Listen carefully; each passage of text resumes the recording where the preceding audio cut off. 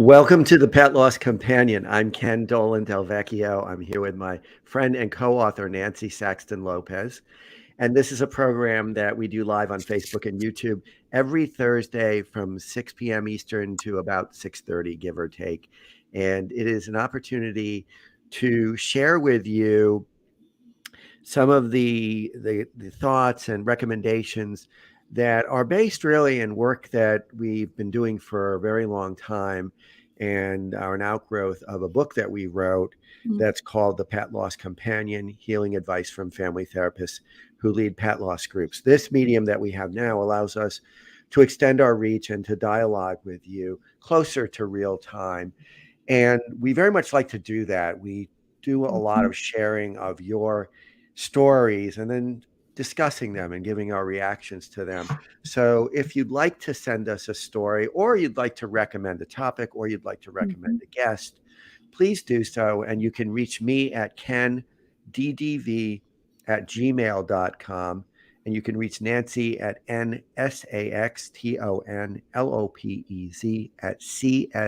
NSAXTONLOPEZ@CSMPC.com. And if I read that really fast, please know that all of the information I'm sharing as we start is also in the description that is below either the video cast or the podcast, however you may access this program. If you do write to us and you tell us a story, let us know if it's okay to share it, Mhm. because we may very well do that if you will allow us to. And if you don't want us to share it, and we certainly understand that, or you don't want us to share pieces of it, we understand that as well. We will try to get back to you and send an email in any Mhm. case, but we can't promise that we will, but we will do our best We to will respond do our best, in really. any case. You can support our work in a variety of ways through Venmo, PayPal, monthly subscription. Again, all of that's in the program description. We'd like you to know that this program is a friend of Dakin Humane Society in Springfield, Massachusetts. For more on Dakin, and it's a great program with many different kinds of resources that are available. You can learn more at dakinhumane.org. That's DAKINHUMANE.org. And one of the programs that they offer is a cost-free pet loss support group that I Mhm. facilitate once a month. It is usually on the second Tuesday of the month, and it runs 6 p.m. to 7:30 p.m. There is no cost. I repeat, there is no cost. You just need to go to Sign up. Dakin and sign up, and you'll get the RSVP link. And again, the link is in the link to get to the RSVP link is in the program description. The next group is on May 9th, so it's coming right up, and it again runs 6 p.m. to 7:30. We have people join from all over All the the English-speaking world, world. so if it will be of use to you, please consider joining. Also, please consider pressing the subscribe button on On YouTube YouTube. if you find this program valuable, because the more YouTube subscriptions we receive, the higher on the list of resources this program shows up when people are looking for support for pet loss. So if you could do that for us and for those who may benefit from Sure. listening to the program or watching it, that would be great. And again, the link for going to YouTube, if you're not watching on YouTube, is in the description. So, Nancy? Yes. Ken and I were talking. It's been a little bit of a hectic day. Have had three pet loss crises with people today. So if I'm a little disjointed, I don't mean to be. Um, but we do have two stories. One is fairly long, so parts of it I'm going to try to summarize because it's a death of two beloved dogs. Um, and she does have a lot of questions There's a at lot of the end. questions. They're all great. They're all great questions, and probably Mhm. questions that a lot of people have. And her name is Marie-France, and she's from Quebec, Canada. So I'm going to start. Um, and she starts. I want to thank you for your podcast. My therapist recommended your book to me in June 2020 when my dog Packen, I think that's how that's pronounced, a Boston Terrier, my first dog, my first baby, my great love, died at 13 years and 10 months. Your book really helped me at the time, but what helped me even more to overcome my pain was the presence of Faith, a Labrador mix adopted from a shelter in 2010. The most beautiful of dogs, a joy of living, a real light of softness. Lately, I've been immersed in your podcast again since I had to consider the worst thing for me to have to let Faith go, which I had to resign myself to doing the day before yesterday, Wednesday, March 15th. So it's with a broken heart that I write to you today. Will allow myself to write you this very long story, ask my questions. You can share my email whole or part if you consider it relevant, which all of it is, by the way. Oh, what a beautiful baby. Yeah, so that's Faith, That's a and this is beautiful baby. Peckham. Oh, such great babies. As I said, I adopted Packen in 2006 from a breeder. I obviously never regretted having adopted Packen, but I often wondered if his many health problems were not due to the fact that he came from a line that was a bit too artificial. And I wondered if adopting from a breeder was a good thing. And we all know about inbreeding, unfortunately, with some breeders. In any event, I loved him the minute I held him in my arms for the first time. I've never had human children, but I know how a woman who has just given birth feels. I don't know that, but I had no idea such love was possible.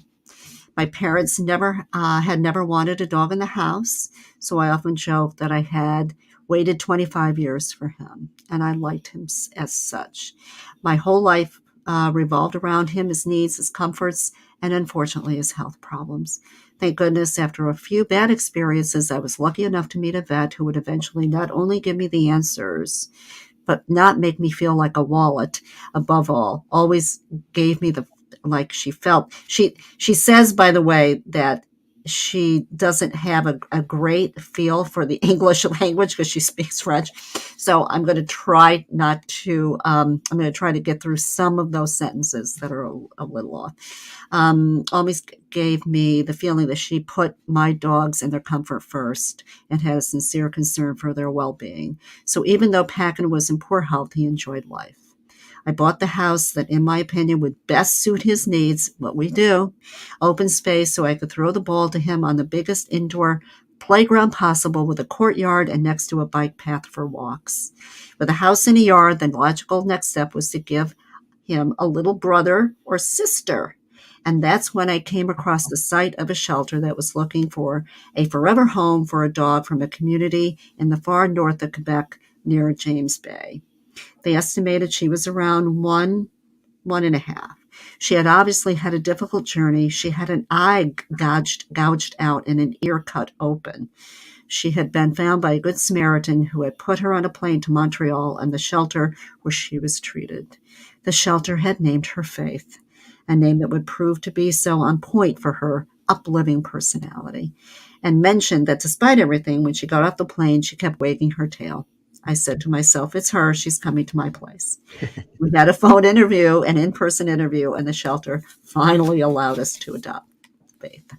2 years later, I separated, I guess from her significant other, and kept Packen and Faith in the house. So it was in their company and under the gaze, surely amused, that I learned to become independent, to take my life back in hand, to try to repair something in the house, only to damage it even more. My father passed away. My mother had cancer. My years alone with those dogs have not been easy for me in terms of trials, but their presence has always been my constant and more than often only my source of happiness. Rain or shine, they were there without judgment, just being there with their pure and good love. Staying with them rather than going out to see people was always my first choice. I like to say that over the years, we have managed to create a cocoon of happiness, a little corner of paradise. It was sweet and good to live with my two favorite people, and I would have prolonged that forever. Unfortunately, Packen developed other health problems, started fainting, and in 2018, after several examinations, consultation with specialists, my veterinarian told me that Packen had a heart disease and that expensive medication, to which other equally cost medications would gradually be added, could help him and give him a quality of life. But at best, I could hope for 1.5 years more of life. It obviously demolished me, but I gave the drugs and those who came after as well as the treatments. At the end of his life, for the last 10 months, essential medications for his heart caused him to retain water, so he had to go every month to have water removed from his abdomen with a syringe. In addition, I gave him about 15 tablets a day, including those that suppress appetite, those that stimulate appetite, those that relieve heartburn caused by certain drugs, and those that remove nausea from other drugs. Despite everything, the last few months, Packin lost weight, didn't eat much anymore. But I think the fear of losing him prevented me from seeing the reality, although my vet had already told me that I was doing a lot and even enough, and that I would not prevent the outcome, but I really persisted until I had to face the facts in June 2020. But again, I postponed. My veterinarian was kind enough to come to the house so that he could leave in peace, but I had the cowardice to cancel twice before resigning myself on June 12th to let him go. As much as I had ever known such a great love apart from Faith, the pain was great. The one and only light in all of this has been Faith. Faith and her inexhaustible joie de vivre, her constant wagging tail that she wags. Our French is far worse than her English. Yeah, right. Sorry about that. But her tail wags her so English hard. Is actually really great, I think. Yes, it is. So hard it made me tell her that she was going to end up having chronic lumbago or eventually lift off like a helicopter. Faith, who was in a way very patient during the last months of Packin's life, was very patient because she was devoted. She devoted much more attention to him than to her, who was so undemanding and always giving. Faith, who forced me to get out of my pain and not sink into it with just her presence. Petting her is the greatest source of comfort in the world, especially her with the softest hair. Perhaps due to her quasi-polar origins, she was losing her hair at lightning speed, so I almost suspect that it renewed every day, and that explains how her hair was so soft. So from my first months alone with Faith, we resumed habits of life worthy for her and all her energy. I took her running in the field every morning. I took her when I went to visit. She was so social. She never played with a ball or with toys, but her game was to be petted, and everyone who saw her was quick to respond to her requirement. And this is not to brag, but my God, she was beautiful. And she is. It's not just me with my mother's eyes who says it. I was stopped by strangers on a walk to tell me that my dog is so beautiful. The phrase I've been told most after what happened to her eye is, your dog is really beautiful. But she wasn't just beautiful on the outside.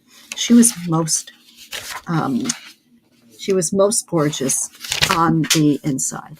Her past left with her no scars other than physical, and her personality was just kindness, positivity, and gentleness. And thanks to COVID, the work from home that I'm lucky to have continued afterwards to this day, Faith was never alone for long 5-day weeks. I was with her almost nonstop. My boyfriend came to my house instead of me going to his, and Faith won a brother in that deal because my boyfriend had a 10-year-old son who was just in love with her. Whenever he was with us, he was glued to her, and she received even more love and attention. As far as her health was concerned, apart from an onset of arthritis, which did not seem to be of concern, she was in good shape. But in January 2022, she had a neurological episode. For 3 days, unable to stand up, walk straight. When she was standing, she turned on her own, had her head tilt, etc. I had to barricade the house so she wouldn't hurt herself or fall down the stairs, and I stayed by her 24/7 to help her if needed. After these 3 days, she started to get better, but never came back 100%. I never knew exactly what she had, since as my vet had told me, considering that it was obviously neurologic, the options were stroke, old dog syndrome, or mass in the brain. The symptoms also did not correspond to a stroke, which left a mass in the brain.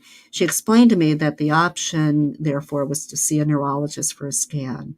That said, knowing that first, to do the scan, she had to be asleep with the possibility of waking up, or even worse, or if she was at the time, due to her episode, being very weak without balance, and that regardless of the result of the scan, given her age, there would be no possibility of doing surgery.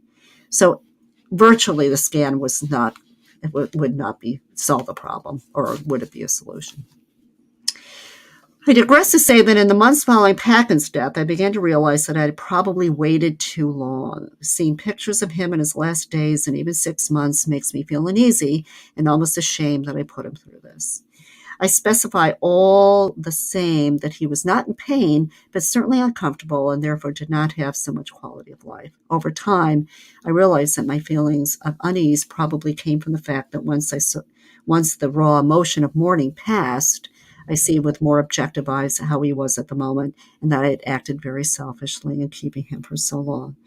I realized that in the end, these last few months that I had stretched and imposed on him didn't change anything in the big picture of almost 14 years together, and that it wasn't worth having a few additional months when we had benefited so much, especially if, in addition, was at the expense of Packen.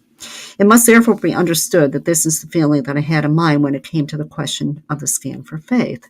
I told myself that I was going to at least learn from my mistakes and that I was not going to impose on her an exam for which she had to be asleep just so I had an answer, especially since nothing could be done about that answer. My vet approved of the choice. Moreover, we knew that what would follow would provide an answer or eliminate diagnoses if there was recurrence, etc. Now, there's a whole page here, so I'm going to kind of summarize that. I mean, obviously, there were issues with Faith over time. She had some hard times walking or getting out of the house. She changed where they were sleeping. And even if she was wagging her tail, she had lost muscle mass. She lost her appetite a little bit. And even though the blood work was good, there were still some pretty significant, noticeable problems with Faith. In December, January of this year, Faith started to eat really less, sinking on her hind legs and got infections. And again, even the blood work was fine, but it really ended up that it was neurologic. So her condition worsened. She seemed to be confused. She walked around the house like someone who paces but never landed anywhere. And when she finally tried to sit up on one of her beds, it obviously took a lot of effort and took her longer than a minute. And 3/4 of the time she would give up on the project and start pacing. So eventually, that my vet told me that this and other symptoms confirmed the problem was definitely in her brain and that there were almost no options left. She probably was about 12 and a half. She told me that she was not in pain due to the neurological problem, but that she no longer had the best quality of life. And if I wanted to tell myself that I'd tried everything, we could give her cortisone, that if she indeed had a mass in the brain, it could reduce the inflammation, but not to expect miracles. She did start the treatment, and Faith, did rebound a little bit. But there were a few happy days with that. So with the medication, let's see, Faith before the medication was not good, and that by dint of seeing her, I had perhaps satisfied myself less and less to find her well. In my euphoria of the moment, I promised myself that the Faith I had now would be the minimum acceptable, and that if it came back like before, I wouldn't go as far as I had done with Packen, and that I would let go on a good note. It is so easy to say that when things are going well. Eventually, she ate less, and despite the cortisone, the slumps came back, the pacing and the confusion. She didn't come back to as bad as before, the cortisone, but not as good as her best with cortisone. So I agreed with my vet that if I wanted to respect, not to push her hard and not to offer her a sweet finish after good days, it was time. As my vet was kind enough to come home again so that Faith could go in her house on her bed, in my arms, we agreed on that time in advance.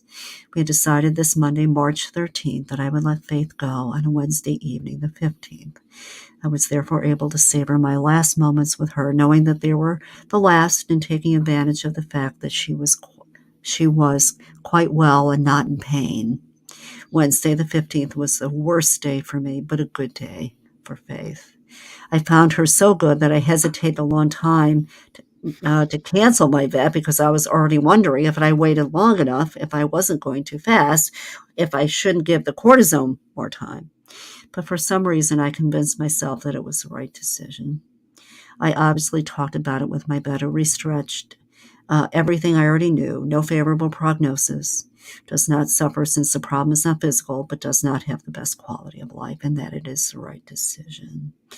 I therefore accompanied my daughter in her last minutes on earth, petting her head while she fell asleep, telling her that I loved her more than anything in the world, and thanking her so much for all that she was, and that I apologized.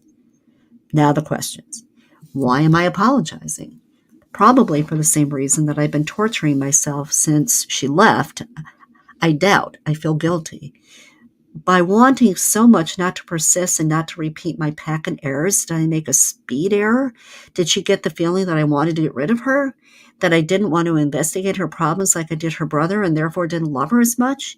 That she wasn't worth the scan? To at least make sure what the name of her problem was? I know her problem, whatever it was not treatable. But was that really the case? Who can tell since I haven't investigated and our conclusions are based on her response to cortisone? And if our answers are based on the positive reaction to cortisone, why is it that the first signs that the effect of the cortisone was diminishing, I quickly made my decision? But despite everything, she still had good days and probably a potential for other good days that I feel I have stolen from her. But even more, I would like to know where she is. I don't believe in God and heaven, but since Packen left and even more since Faith left, I desperately need to know if she's okay, even if she's not with me. Did she know where to go? Has she found her brother? Does she wag her tail now? I ask these questions on a loop to whoever will listen to me in the hope that someone will provide me with a credible answer that yes, she is okay, she is at peace, they are together and waiting for me. I would give anything to see her again. I am unable to move on without Faith, and I'm looking for confirmation that we will meet again. I hate every second of my life without her. It has only been 48 hours. I don't want to keep going without her. I don't want to hurt myself. But I feel that she clearly was the beauty and the good in my life, my reason to live and breathe. And now everything is dark and ugly. Crying and looking at pictures of Faith are the only thing I have an interest in doing. I know hate the house because it's so empty, but since it's Faith's health, I feel anxious just at the thought of going outside and leaving the house for 5 minutes. I really feel I can only endure what's next if I know and I'm sure I will see her again. I miss her so much. I can't even find the words. Do you know where and how I can get my answers? And thank you in advance. So sorry for the long email. I tried to keep only what was necessary to understand. I feel everything's important. She meant the world for me. I love her so much and miss her so much. I'm stopping now. I could repeat this over and over again. So, first of all, there's no need to apologize for the Yeah. long email. No. The writing a note like that is therapeutic, Yes. and we are happy to receive it. And we may edit or skip around a bit depending on the time element, but we have absolutely no complaints about you Yeah. sending a very long note. Mm, And what I think I take away right off the bat from what Marie-France wrote is it's an example of what grief looks like, yeah. that you just have so many questions and so much uncertainty. Feelings. And she said something like, I ask the same questions over and over again to whoever will be near me, basically. And that is what we do. I mean, that's Right. part, we have to keep like doing it over, Over processing and it over over and again. over and Mhm. over and over again. And eventually it's less raw. But Mhm. she wrote, why am I apologizing? And when I heard that question, what I thought is, we apologize for so many things. One reason being that we feel responsible for every single Mhm. little aspect of our pets' lives, That's right. because in large measure, we are managing every little aspect of their lives. And so we get to a place sometimes where we feel like it's hard to imagine that they're actually going to die. Right. and that if and when that happens, that somehow we shouldn't be able to prevent it. And of course, we can't. We cannot prevent that. We can't control everything. And in Marie Frances' case, she also revisited the earlier death of Paquin, and she felt like she kept that friend alive too Too long, long, which right? is the thing about that is that we tend to torture ourselves. Yes, And when I heard that story, I'm like, I don't think she kept him alive too long. I think that that's just one of the ways that grief operates, that we come back and we have all these recriminations and we right, work it through over and over and over again. I'm sure at the time it made sense emotionally and logically to continue with the course of treatment that they were involved with. And that after the fact, of course, and one of the things that I think also is after the fact, you can look at pictures and you can see the decline, but that doesn't mean that this animal was in agony. It doesn't mean that's that right, you made misjudgments. It's just that you can see now reflecting that their condition was deteriorating, right. and that so I hope that she's able to not feel so pained about that. And saying that, I know that it's not likely going to change, because she'll get to a place of calm and accepting that she'd made the right choices eventually, as we all do. Well, yeah, Eventually, it just kind of right. settles. The guilt is the hardest, really the hardest emotion that we work through in grief, because look, I mean, Marie France, I mean, she moved to a home for Paquin that was perfect for Paquin. Okay. And then she did everything possible for Paquin and everything possible for Faith. Yeah, yeah. It's, And and then she asked, did she think I wanted to get rid of her? Again, this is what grief does. It just rips us apart. That, like you're saying, the feeling of guilt. And of course, not for a second would Faith have felt like no, Marie France was trying to get rid of her. I mean, she no. loved her passionately and took such great care of her and gave her a very special exit as well, a very comfortable ending. Yeah. Again, just like with Paquin, very well thought out, very much done in consultation with a vet whom she trusted. So she did all the right things. And then, just as an example of the way grief operates, she still wonders, did Faith think I wanted to get rid of her? That's what we do. Yeah, we And beat ourselves up pretty the, badly. yeah, the most conscientious among us often are the most Hard on ourselves, self-torturing. right. Like, we just torture ourselves. And so she did all the right things.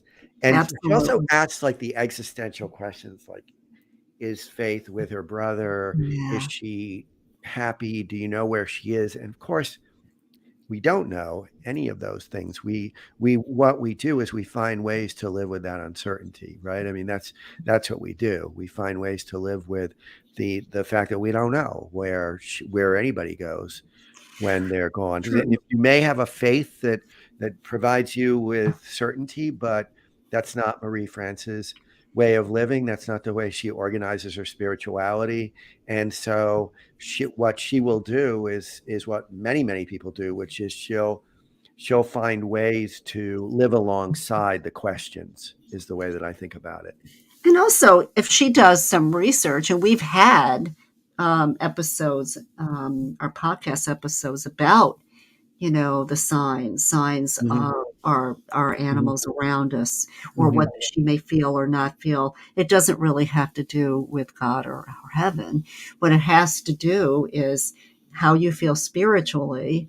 I mean, and animal communicators may tell you that they are in spirit around us. mhm. And so, if that creates Marie France, if you want to research that, maybe that will make you feel a little better. Although, as Ken says, we don't really have exact answers with We're this. not going to have absolute certainty about, unless you, some people do feel like they have absolute Mhm. certainty, and but people are very, very individual in that way. And so, but she'll always carry Faith in her heart. I mean, that And packing, oh, both of and them. packing They're nestled and in there. and in her the beautiful images that she sent Mhm. us and the stories that she shares with people. So we thank her very much. We Oh, thank yes. Marie-France very much for Thank sharing you. with us. And let's move on to Rupa and Sure. Kiki. And this is a rather short note, but it's very poignant in the you'll see in the story that she tells. It's one we've heard a few times, and everybody tells it in their own way. So, Ken, I just needed to tell someone about our amazing Bichon Frise Kiki. Even writing this has helped so much. We hear that a lot. And Yep. if you write to us, that can help. If you write in a journal, that can help. If you write in poetry or you do any kind of writing, To if move you're it out of inclined you. to do that, it can Mhm. help you. Thank you and Nancy for everything you do. It helps more than you know. We lost our Bichon Frise. Am I saying that correctly? I don't Yes. I'm just going to say Bichon from now on. Kiki at age 16 on February 28th, 2023.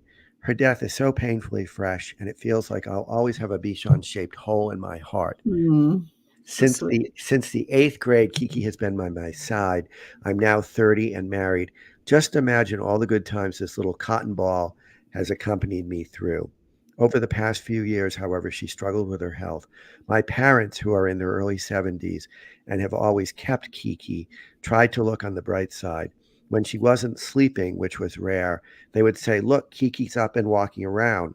While she sometimes had bursts of energy, it became apparent she was slowing down, but she continued to fight. She kept me company when I moved back home after college. She kept my dad company when my mom came out of retirement to work full time.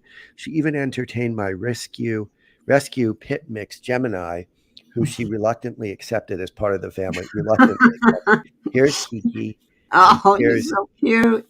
Jemmy and Kiki." So nice. In late February, part of my parents' home burned down. Oh, Fortunately, my parents and Kiki were able to evacuate safely. They stayed in a hotel while insurance was figuring out what to do. After 1 week in the hotel room, Kiki shrieked in pain while eating. My parents rushed her to the animal clinic. She passed away 10 minutes later while oh, my dad was touching her toes, something which you she never never let allowed, right? anyone do before.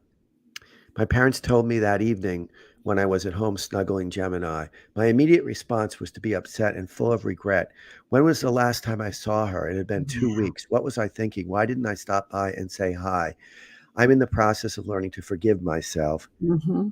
Good. That's good. Kiki was with me through it all, through high school drama, college, my engagement, wedding, first home, etc. I'm grateful she passed away at a neutral place with my parents whose love for her spanned a couple decades. Hmm. Also, with all the work that was needed on their house, it's a blessing they were at the hotel and she didn't have to die alone. Kiki was always sassy, so I think she said, "I'm way too fancy for a Hampton Inn. You guys have fun with this mess." Kiki is my first huge loss. Yeah. I not only mourn her, but I mourn the seasons of life when she was there. That's very poignant the way she Yeah. says it. The summers in our old home, being awoken to birds singing and Kiki on my bed, the beautiful week of sunshine leading up to my wedding, Kiki sunbathing in the foyer, movie night with my parents, and Kiki between my dad and I. She has left a huge hole, but has Hmm. also left me with lessons to never take loved ones for granted, to always make time to see them, to never say something you might regret, and to always say I love you before departing each time. Oh, that's beautiful. Really, really beautiful Rupa, that's sentiments. beautiful. And So also, even with Marie-France, right, it's the same thing. These connections, our experience with our loved ones, going through all of those things, deaths and loss and moves and different family situations, or it's just amazing that that is the constant, right? That relationship yeah, is the constant that soothes yeah, and very and soothing. soothing and calming and loving and caring. there's nothing like it. Yeah. I, And as she said, all the seasons that she was there and yeah, all the images beautiful, that she describes, that's beautiful. it really is beautiful. So we thank Rupa. Rupa for sharing her story of Kiki and also for sharing pictures of Kiki and Jemmy. Oh yes, Jenny. And Nice. so we'll wrap up there. And thank you, Marie-France, and thank you again, Mhm. Rupa and Nancy. As always, it's great. It's great having these It's great. conversations. It always is, Ken. Take care.